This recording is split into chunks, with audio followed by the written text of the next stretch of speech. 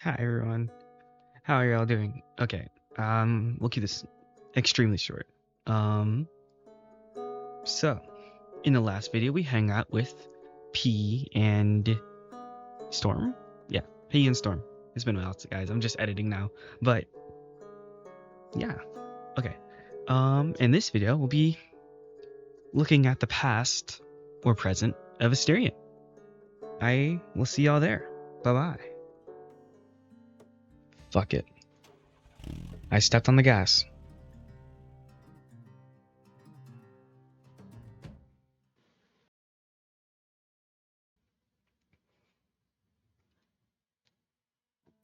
The Minotaur found himself in dreams, where he conversed with that kingly man. Asterion the Great, the finest host of all of mankind's history. Words far more sweet-sounding than a lyre, a smile older than gold. A master said it again, and this time the Minotaur found himself believing it. After all, was he not a good leader, a kind man, a worthy heir? The ancient words from past forgotten, not one man, I think, who looks on the light of the sun will ever have wisdom like this. He felt a warmth upon his ears, as if the sun crowned his head, and that light invited him to awaken from slumber. His limbs feel melted, unmanageable, sweet, bitter creatures, but never had his bones been more rested, for his eyes far-seeing.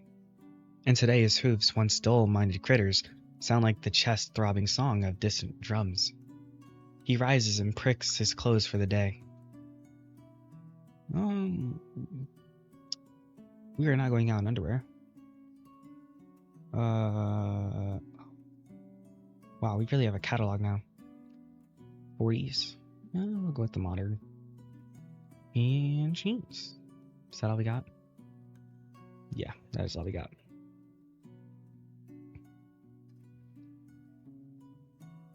He goes out, expecting soft leading friend. His soft leading friend to already be up and brewing a fresh pot of coffee. But alas, it is Sunday, and dawn barely peeks over their horizon. The hotel is engulfed in a velvety silence, and the air carries its tiniest chill, just enough to make one's fur stand on end. This does nothing to reduce the Minotaur's spirits. His eyes feel different today, as if he can see and appreciate every speck of dust in the room. Asterion finds himself inhabiting a world of rich texture, with everything, even the smallest details, is worthy of substance. He looks outside to the road that leads travelers to the hotel, and time grows still as he appreciates the power of his eternity. He even entertains a small speck of vanity, for as long as humanity exists, this land will house and nurture its lost souls. Forever, because of Lucian and masters like him, and surely his reign will be excitingly long, followed by an heir just as worthy and kind. But that is a distant thought. It fades as the Minotaur busies himself with brewing coffee for when Lucian wakes up. There will still be much time, an exceeding amount, in fact. Asterion proceeds to do some minor chores around the apartment, and when none are left, he feels the old wanderlust kicking in. He takes his lyre to the lounge with him, where he plays and prays. He plays and prays and sings, and tends to the flame of Hestia, daughter of lovely Air Ray. The fire dances along during the rite, but what is one to do once it's done? The Minotaur sits by the fire, alone, but not at all lonely. He looks out to the window to the garden and violet sky, to all that overwhelming freedom outside. Freedom galloping and wild, even in the confines of his prison realm. As much as this land can be engineered and contrived, he is free to do as he sees fit, and more than he's ever been in this long existence. Dear flame, tender graces, fine-haired muses, what a fine lord rules over the labyrinth. So many come before who rain diamonds from the skies, yet Lucian is the noblest, by far. Open-hearted and gives grants, but only what is welcome and never excesses. Oh, Tithonus, if only Lord Zeus. He says no more, lest he commit blasphemy. He rises, head filled with ideas about freedom and heart jumping about the prospect of taking something for himself alone. Oh, what a devious idea is. To wander without goal, to enjoy time wasted doing nothing at all. He gets giddy at the idea, until another more enticing and selfish comes.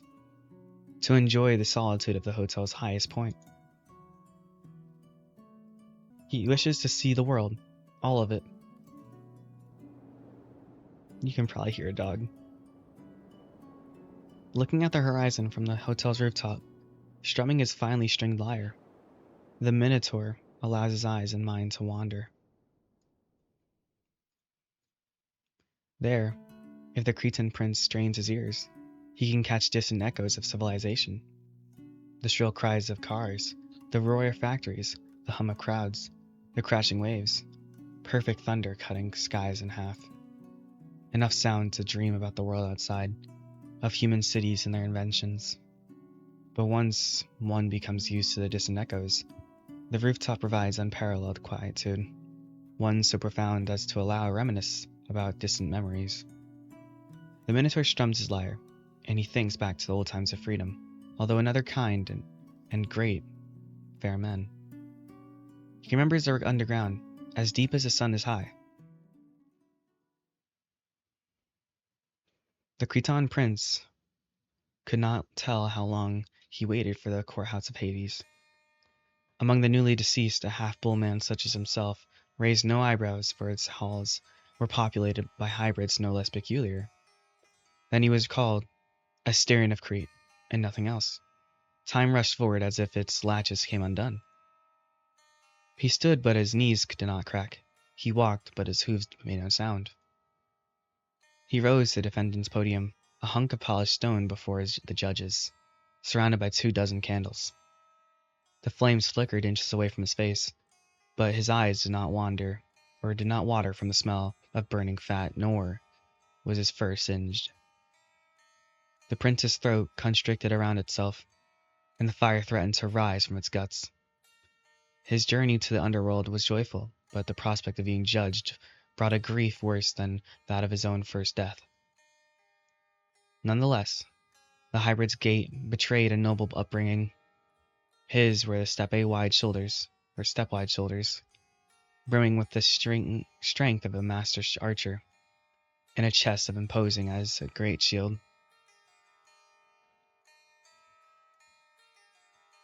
As much as the candles allowed, he bowed to the judges. Their combined gaze was like a barrage of arrows, cutting through the night, soundless, yet they still exchanged whispers.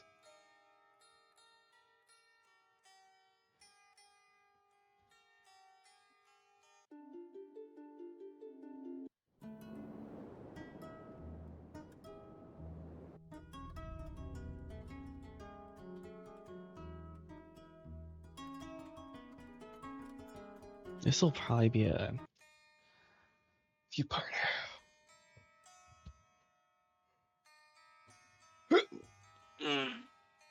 Already got like one video done, and I got another. The judge's tan skin and gratin complexions were all too familiar, but their eyes unsettled him, as dark as the sea is deep, but glimmering with the traces of starlight. Stone-hardened faces such as theirs were hard to read, but their murmuring betrayed a measure of discomfort while assessing the Cretan prince.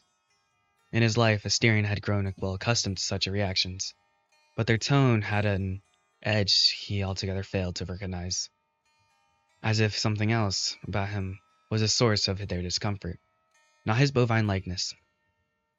During his long wait, Asterion had learned the names of 3 judges. They were Rhadamanthus, Minos, and Agus. The first broke the silence. Pasiphae's youngest. Say, do you recognize me? Speak now. What an odd inquiry for the court of Hades. The prince stuttered his reply.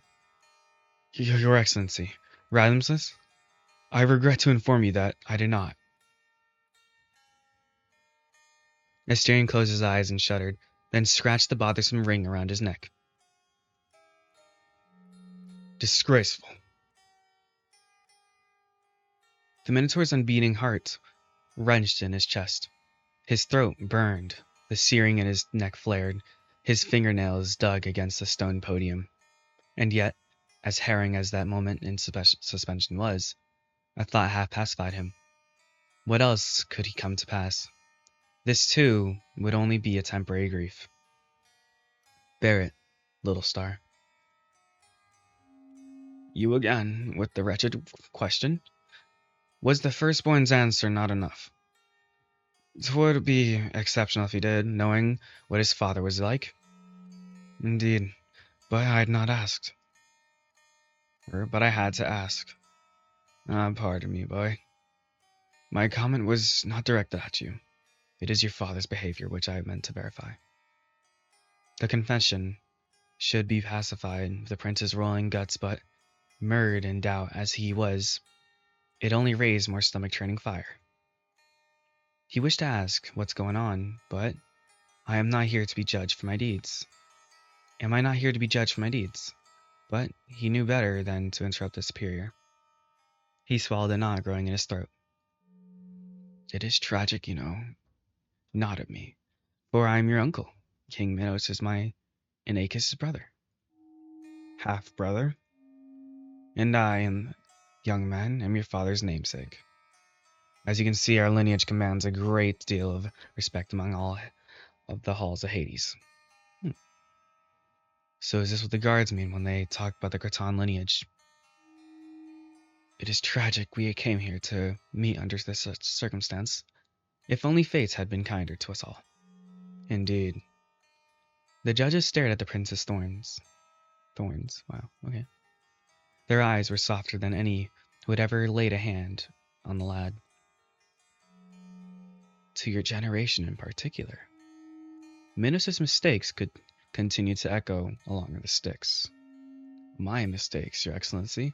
What are mine? Pardon me, Your Excellency. I mean the current king of Crete, your descendant, Minos. Ah, yes, of course. I should have known. No, Your Excellencies. Asterion, we have dallied too long. Before we commence, know that your brief distraction should have no effect on your trial. Your familiar relation to us, however, might. If it deemed that our judgment has been somehow compromised, then we shall appoint another body of judges. Are we understood, Asterion of Crete? Speak now. Yes, Your Excellencies, I understand. Let us commence then. Asterion of Crete, you stand trial in the court of Hades, wherein you shall judge your past life and deliver your sentence. You shall speak only when commanded to, a lesson you seem familiar with. Your courtly demeanor, so far, is an indication. When you utter a word, you shall tell no lie. To the fullest extent of your capabilities, you will answer our questions with the most precise amount of soul you can muster. Do you understand? Yes, Your Excellency. Let us proceed, then. We have informed already of your life's rough, tragic trajectory through a variety of sources. The facts about your birth have been established by the independent and reliable source. Certain matters concerning you are public knowledge, and those to have been assessed. I shall read the narrative constructed so far, and afterwards you will have the opportunity to correct any mistakes. Do you understand? Yes, Your Excellency.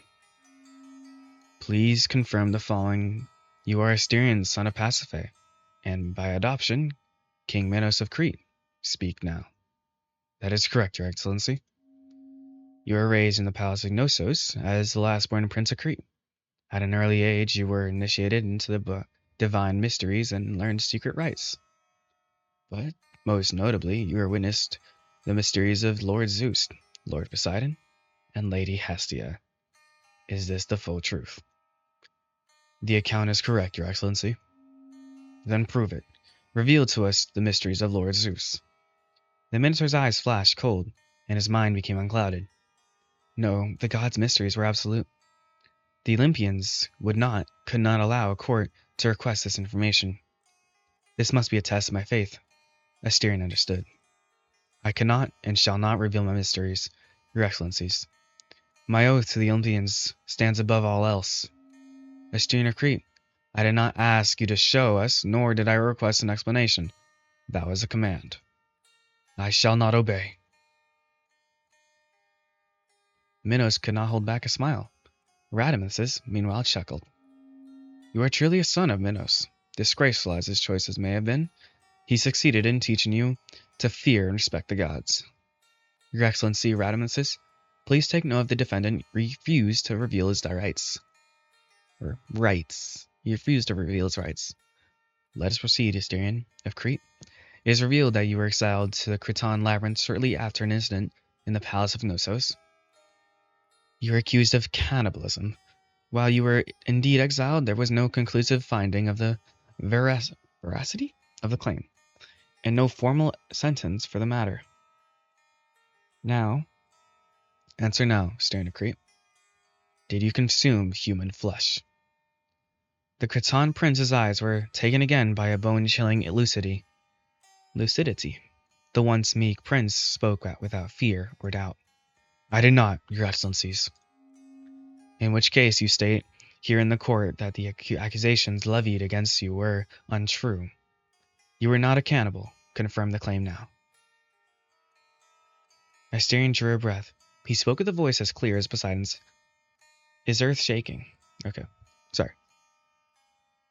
Your excellencies, the accusation is not entirely true.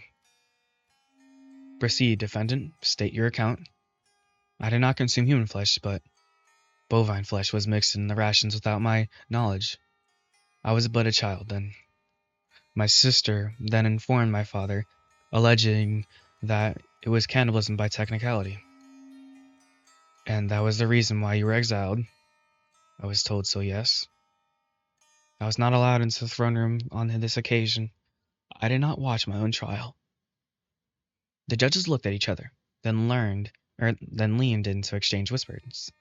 The courtroom stood still, afraid of what could be so important as to compromise their protocol. When they returned their gazes to the prince, Judge Minos' voice thundered across the court.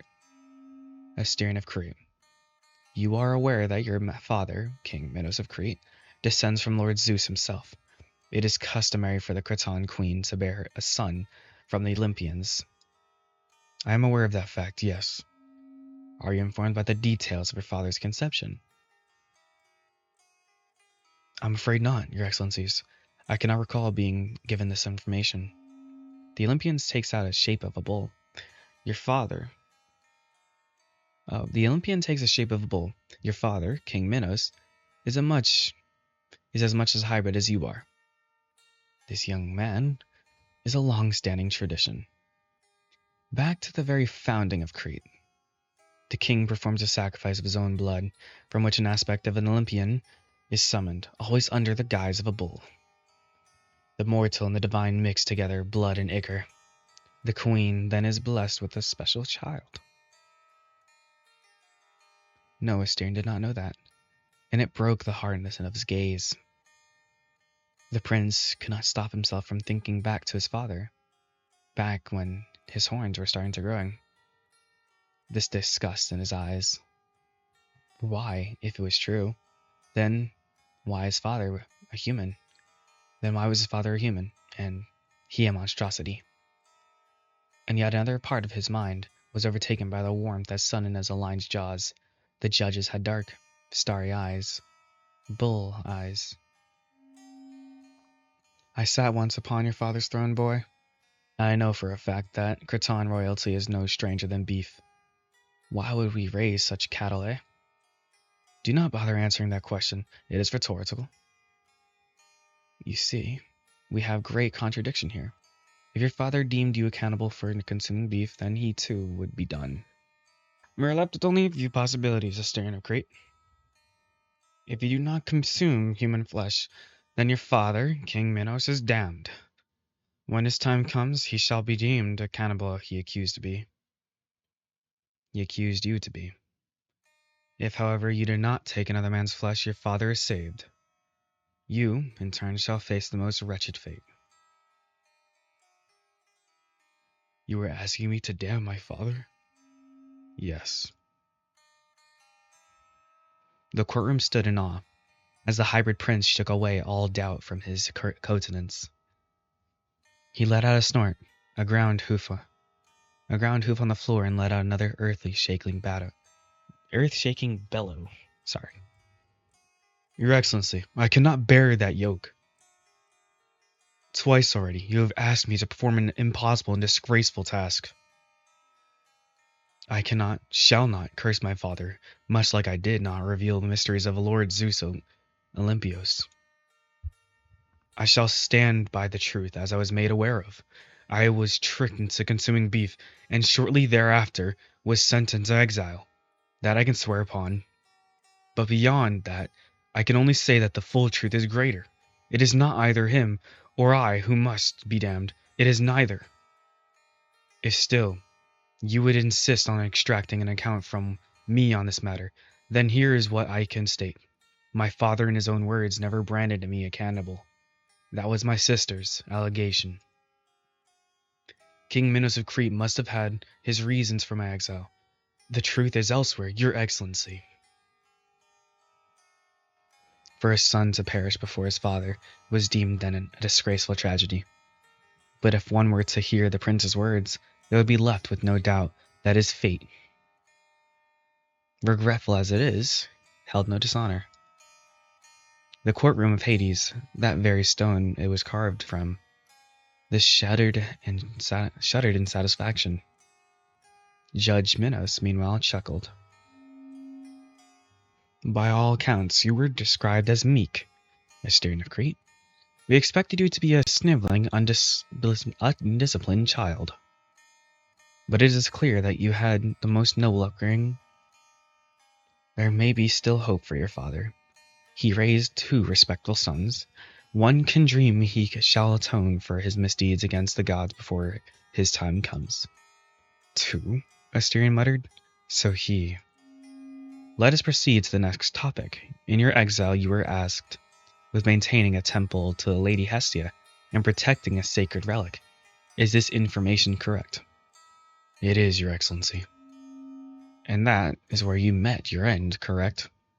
Indeed. Very well now, Asterion of Crete. For the questions I am about to ask, I must reinforce a lesson you are acquainted with. That is to say, you should not utter a single word more than what is strictly necessary to answer our inquiry. Are we understood? The Khitan prince nodded. Is the name Lamedion familiar? Asterion drew a breath. Hummingbirds pecked his skull, raising each strand of fur. Yes. Did the one known as Lamedion enter the Khitan labyrinth? Yes. He bit his cheek hard enough to draw blood, and yet none came. What is your relationship with him? He was my guest.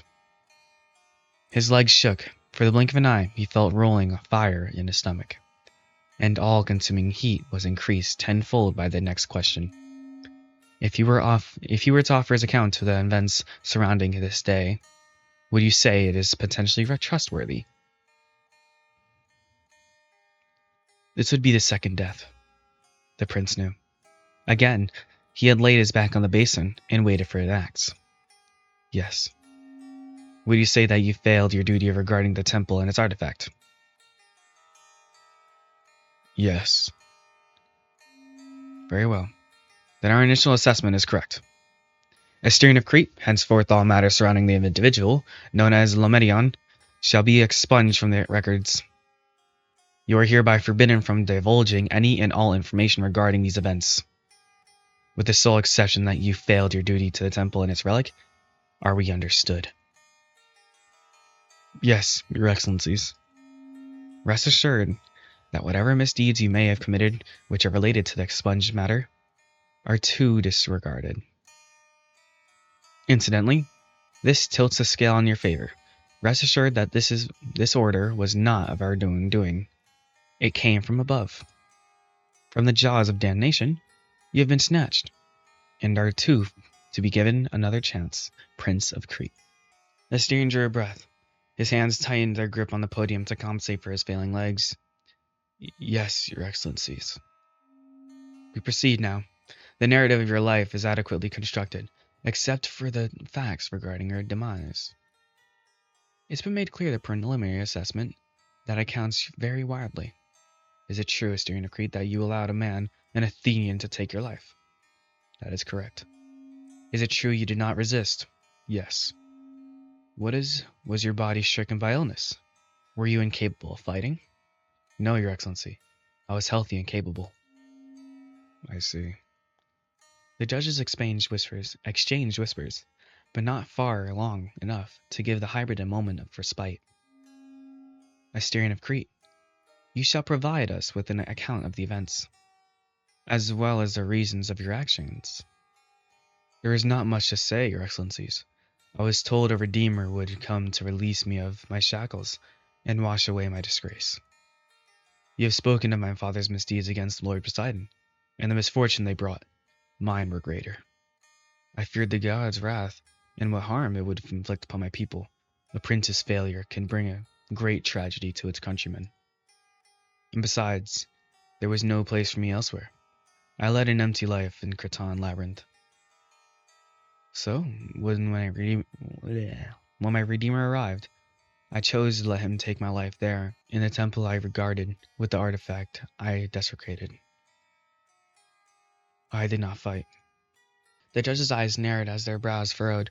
Minotaur adjusted himself, hunching over his podium. Asterian of Crete, one gifted with lineage such as yours would, under most circumstances, receive a great favor in our court. The fields of Elysium await one such as a noble Icar, and up to this point, you had given us little reason to think otherwise.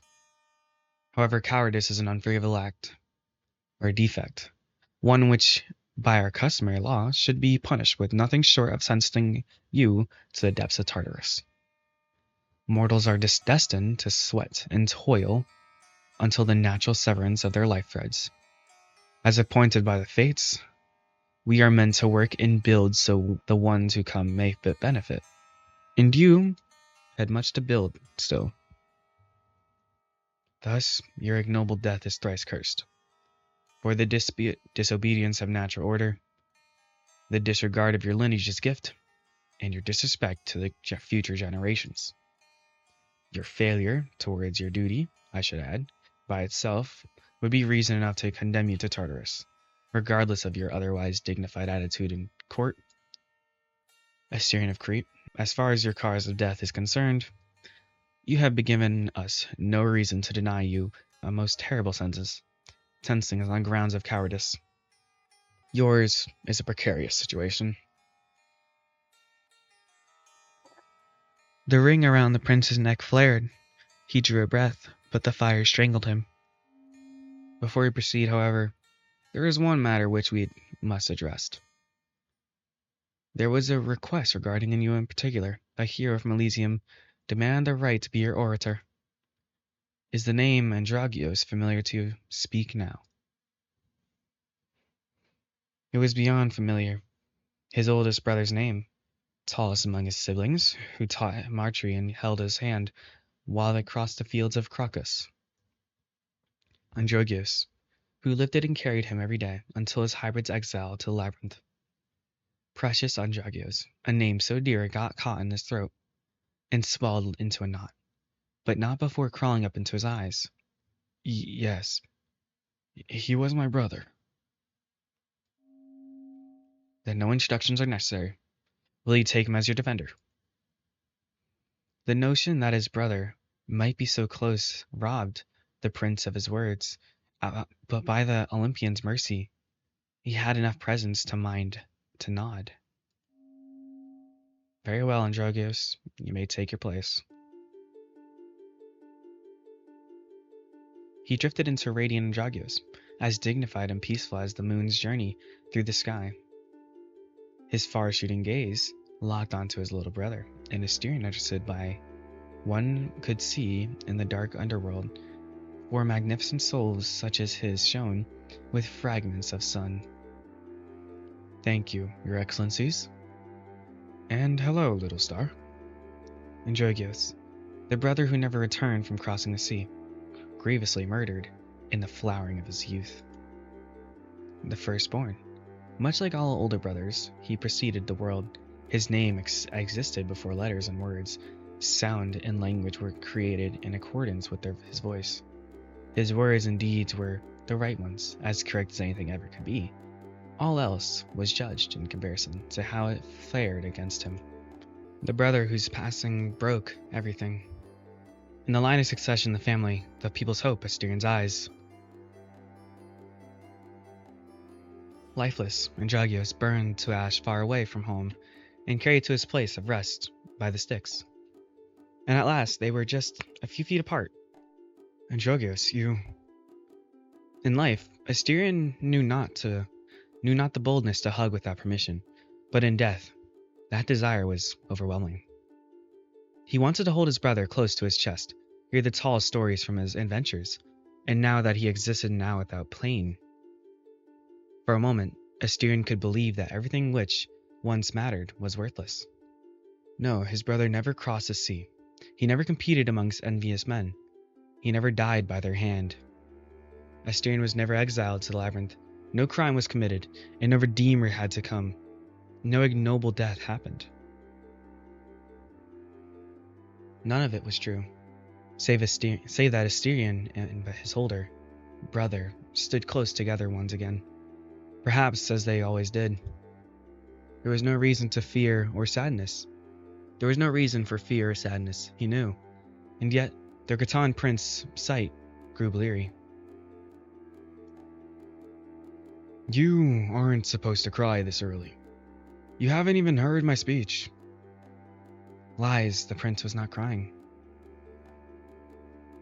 We will have all the time to catch up once I save you, little star. Now, don't worry, you made quite a mess, but I know you better than you know yourself. I'll show their excellencies just what kind of person you are and are. By the weight of my words and by the value of our promises. It won't be long before we are walking away from here, my brother. Your excellencies, may I begin? Proceed. Very well.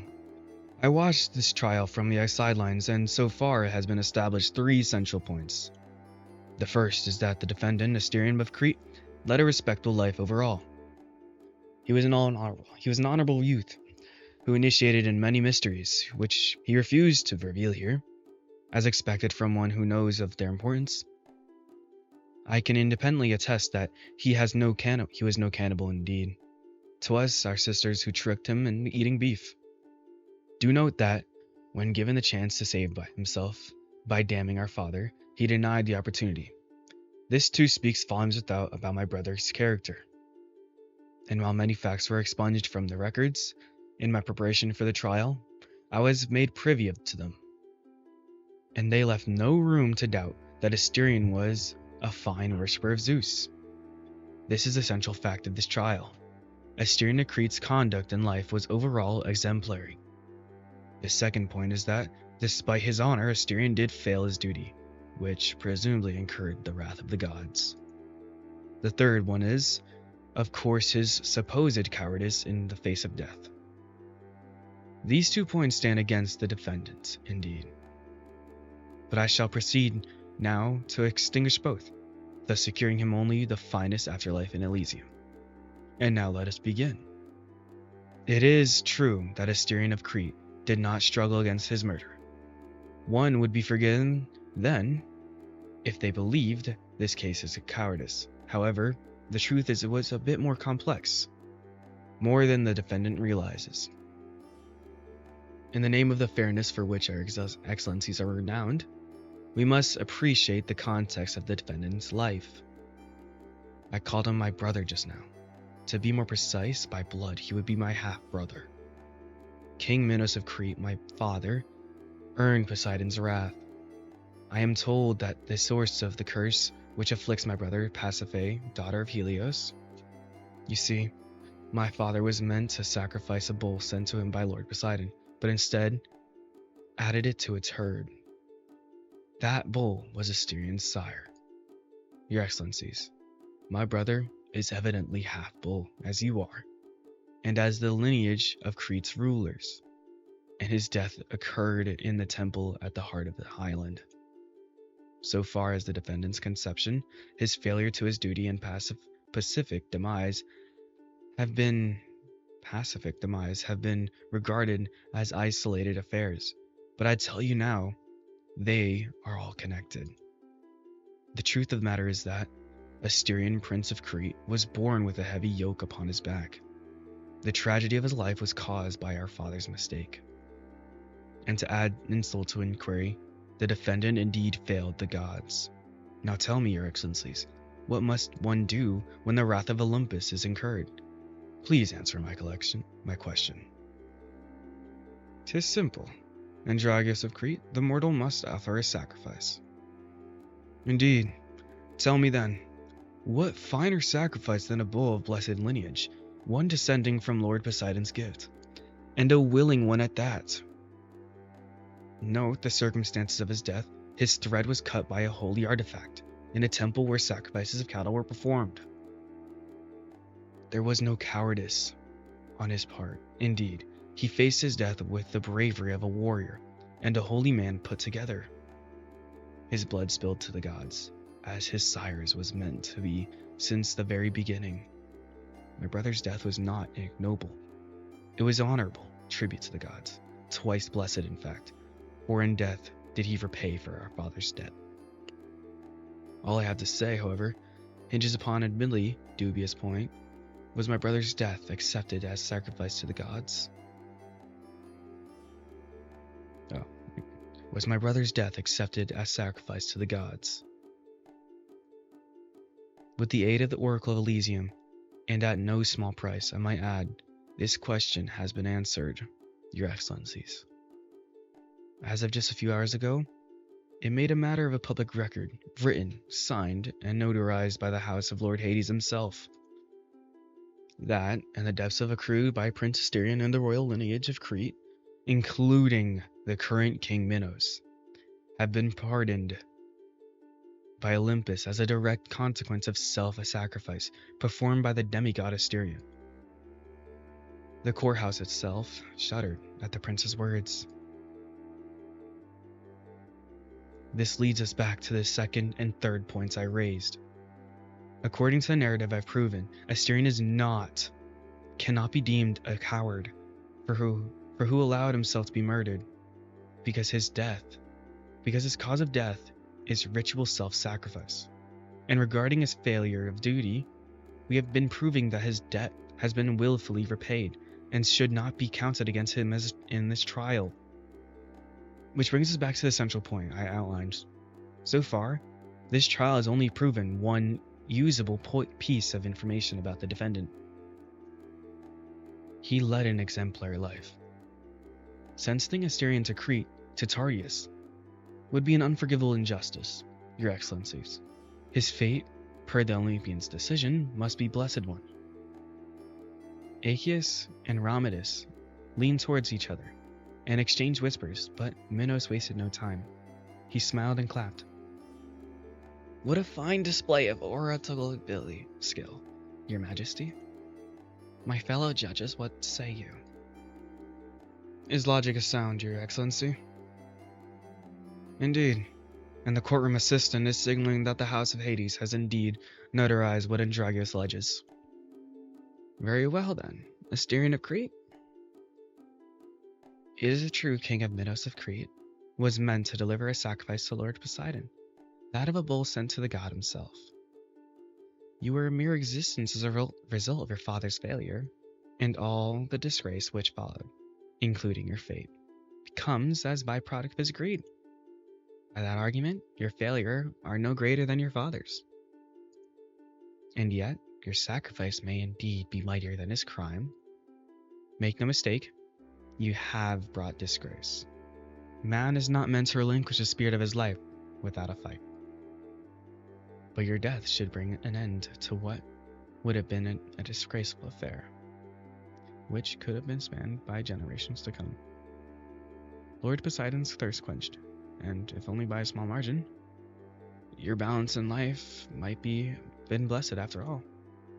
There is more to discuss, however. Beyond your initiation into the mysteries, I see here that yours was a pious life. Pious? Androgeus, would you care to testify to this? Surely, your excellency. My brother was dedicated worshipper of Lord Zeus by means of offering hospitality and Lady Hestia through the maintenance of her temple. There are few mortals who follow their teachings with such respect and care. Asterion must not be punished. It would be an insult to Lord Zeus himself, and would bring an unending disgrace to whoever would be responsible for such a thing. It is true Lord Zeus protects those who respect the full customs of hospitality, and it would seem the defendant had left nothing to be desired in this regard. In fact, it would seem to us was a guest who infringed upon this custom to the detriment of the defendant. In that case, if my fellow judges have no other matters to raise, then we may proceed with the sentencing. The truth of the matter is clear. Asterion of Crete seems fitting for the Asphodel Meadows. Indeed, neither cursed or steeped in heroism, a mediocre soul. Very well. If there are no further objections. Your Excellencies, with all due respect, I object. There is one other matter we have not touched upon. So far, you've judged my brother with eyes aimed at his defects, perhaps influenced by the manner in which he had perished. Sorry.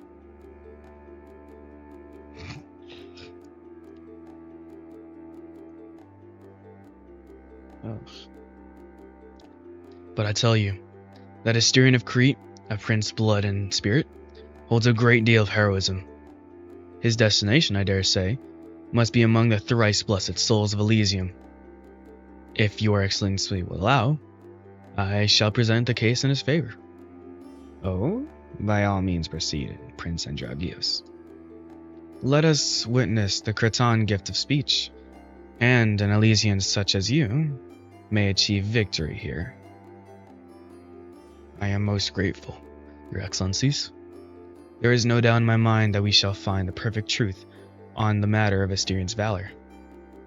Hereby I propose that Asterion of Crete, my brother by blood and love, is deserving of Elysium's grace. He has, after all, heroism in his chest. I shall prove my statement with two tales about his life. You see, my brother is a humble man. He failed to mention an important aspect of his religious duties. Did you know, perhaps, what role he played in our rites? No, that information was not made available to us. He was the centerpiece of our worship, Your Excellencies. Every year since his third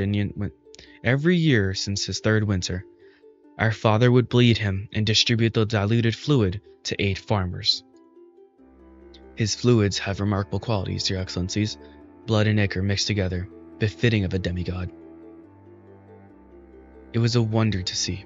His fluids were capable of summoning life in the brink of an eye, and fish would flock to him if he so much as immersed his hooves in the sea.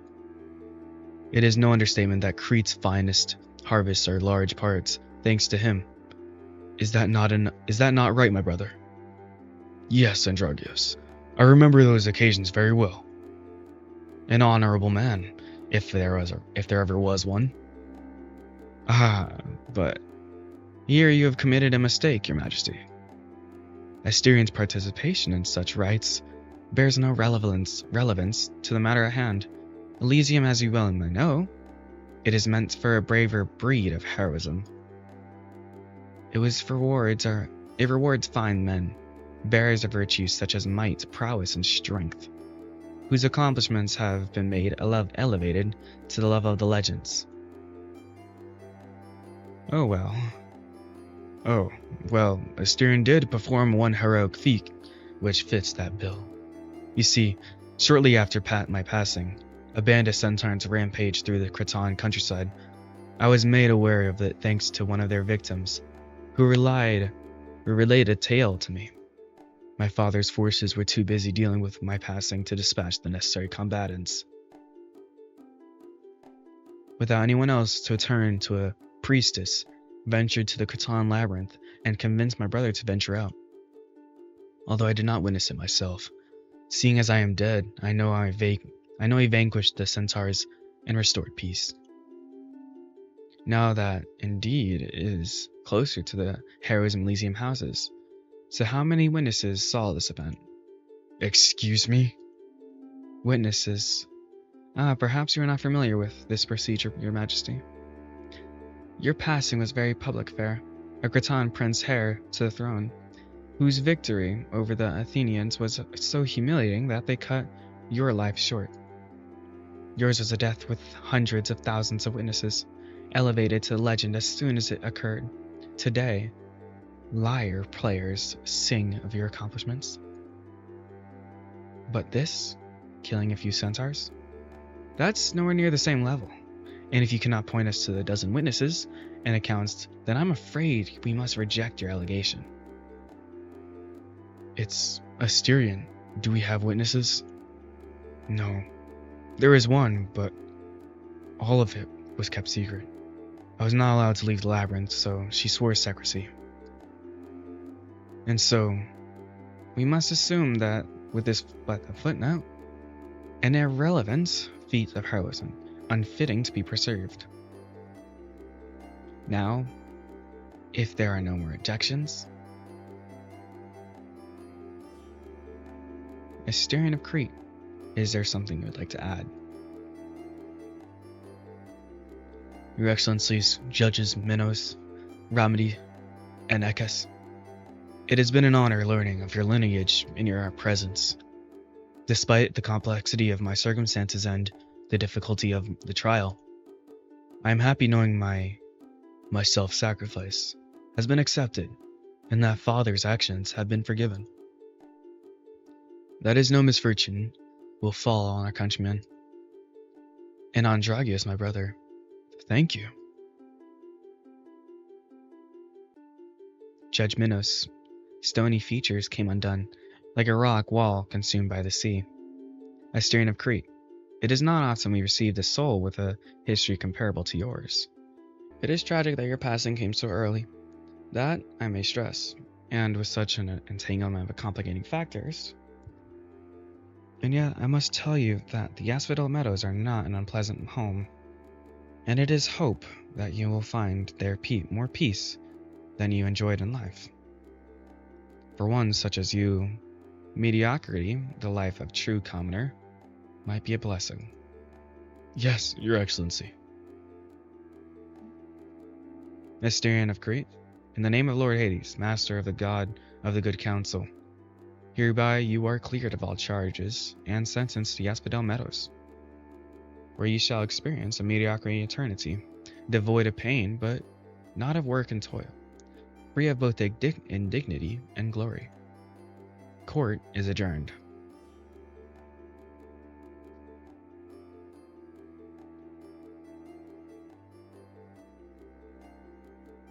Even in that dark realm where souls feel no warmth or touch, the ghosts cling to the rituals of the living.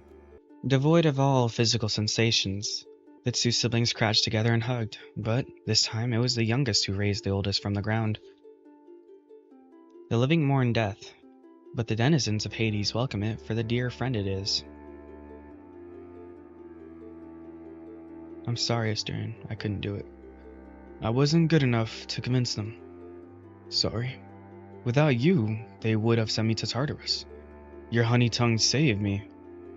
I could not have asked for Lord Zeus for greater help. If anything, it is I who should apologize for. No, strike that from your mind. What is done, let's not. We shall speak of this matter only once, you hear me? Now and never more. It only lasted a blink of an eye, but the Cretan prince felt once more like a child being scolded in the place of a breaking pot. No, you should not let that happen. That I say with no doubt in my heart. Indeed, life is a gift to be kept until its natural end. It was fortunate that Olympius saw your death as an offering, more so that I learned of it in time, and it washed your father's debt away. If such an early death was ever thrice blessed, it was yours. But any number of blessings, even as numerous as the stars in the sky, are not enough to lay down one's life. Beyond that, his misdeeds were not yours to bear, no matter how much he tried to impose it.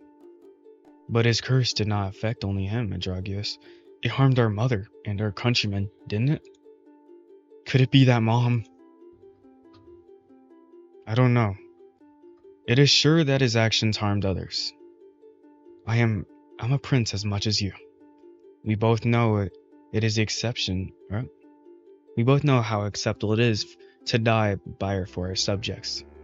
I'm a prince as much as you. We both know it is acceptable to die for our subjects.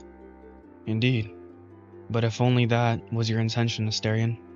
Let's push away all these legal arguments. Tell me the truth. Why did you do it? Why did you let an Athenian take your life? I was alone in Dragios. I was abandoned there. Would there ever be an end to it? I waited and waited, but father never came. I thought it would last forever. Then the expunged matter happened. I failed and then was told a redeemer would come. I thought it was a prophecy. As if the man spoke the fate's words, and indeed someone did come, the Athenian, and he could. He had divine ichor in him, so it came to pass. I can't say I'm surprised. You were always so reserved. Part of me hoped you, among all of us, would fare the best in the labyrinth. At least long enough for me to convince father to change his mind. He was immovable, and my time was cut short. No, Asterion. I must say I'm sorry once more. I failed to stop father from sending you into the labyrinth, and failed to change his mind. In truth, I don't know if I would ever be fared better in your place. The Minotaur felt tears welling up in his eyes, but no, he did not cry, no matter what Androgeus might have said later. You know, life in the Asphodel Meadows is not unpleasant. In truth, it is quite tolerable. There is no dignity there, but you will have to work, just as hard as any farmer or soldier would. I am not afraid of work. The Olympians made me strong to bear yoke no human could. On my way to the court, I talked to some guards. They told me I would be welcome among their ranks. A guard. Now, Phronios would be happy to hear that, and I'm sure our relatives and the judges would appreciate the news. Yes, there is no doubt. You would find a welcoming but strict profession among the guards of the realm.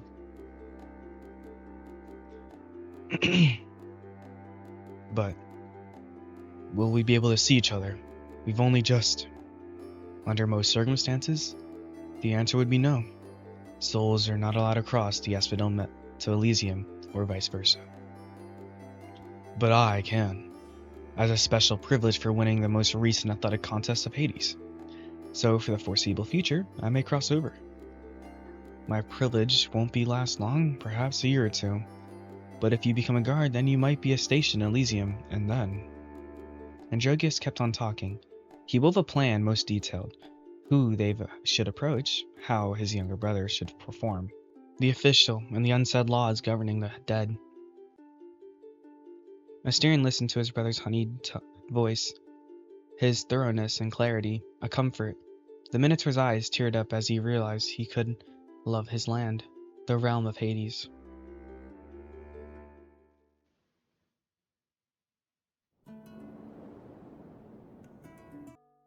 Hello everyone. Hope you're all doing well after that video today. This will probably be my last outro or intro for Minotaur Tale. Possibly, or never mind. It won't be, because I forgot I need to give credit for everyone. Or credit to the game. Okay, so in this build, we saw Mr. Asterian's sentencing, I think. That's what it was. I've actually no, I've been in a courtroom before. But it was only for being selected as a juror, but yeah, don't worry about that. That's nothing. But we saw how Asterion got his sentencing or he was getting judged by his grandfather's ancestors, whatever there are. Little fun tidbit, I guess. I like it. I like this one. More people and stuff. The game is not created by me at all. It is made by Minoh Studios? I'm forgetting. Hold up. No, it's not here. No. Minoh Project. Okay, yeah, Minoh Studios. Wow, writings by Minoh. Yeah. Jesus, there's a lot of artists. Okay, I'm not sure why I'm rambling, but this is supposed to be short.